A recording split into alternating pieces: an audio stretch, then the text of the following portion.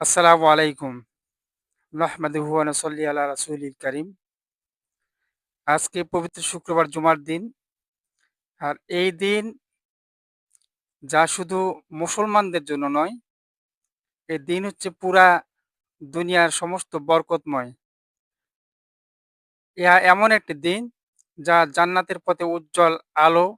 এই দিনটি পবিত্র শুক্রবার জুমার দিন। আল্লাহ তাআলা বলেন, জুমার দিন যখন নামাজের জন্য আহ্বান করা হয়, তখন তোমরা আল্লাহর শরণে ধাবিত হও। এই দিনটি এমন একটি দিন যেদিন হযরত আদম আলাইহিস সালামকে সৃষ্টি করা হয়, জান্নাতে প্রবেশ করানো হয় এবং সেই দিন তিনি পৃথিবীতে পাঠানো হয়। রাসূল সাল্লাল্লাহু আলাইহি ওয়াসাল্লাম বলেছেন, জুমার দিন হলো সপ্তাহের সেরা দিন।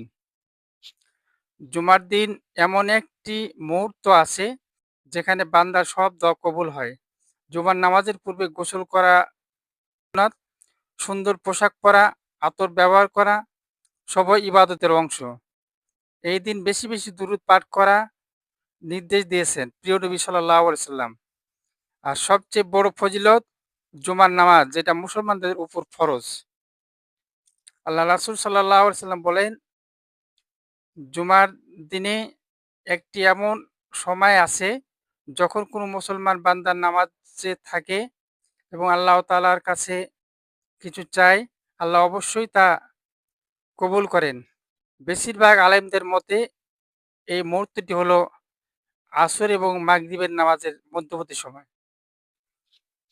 রাসূল সাল্লাল্লাহু আলাইহি সাল্লাম সতর্ক করে দিয়ে বলেন, যে ব্যক্তি ৩টি জুমা ইচ্ছাকৃতভাবে ত্যাগ করবে, আল্লাহ তার হৃদয়ে মোহর মেরে দেন। আবু দাউদ।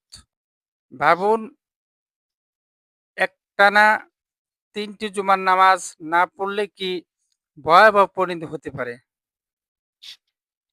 প্রতিটি জুমা হোক আত্মশুদ্ধির দিন, জুমা হোক গুনাহ মাফের সুযোগ। আসুন আমরা এই মহান দিনটিকে ফিরিয়ে আনি জীবনের কেন্দ্রে। জুমা মানে শুধু নামাজ নয়, জুমা মানে আল্লাহর দিকে ফিরে আসা। দেশবাসী, যে কথাগুলো আমি আপনাদেরকে সবার উদ্দেশ্যে বললাম, আপনারা সবাই এই দিনটির গুরুত্ব বুঝে, এই দিনটিকে গুরুত্বর সাথে দেখে আমাদের প্রত্যেকের এই দিনগুলি যাতে কল্যাণ বয়ে নিয়ে আসে, এই কামনা করে আমি আমার সংক্ষিপ্ত বক্তব্য ইতি করলাম।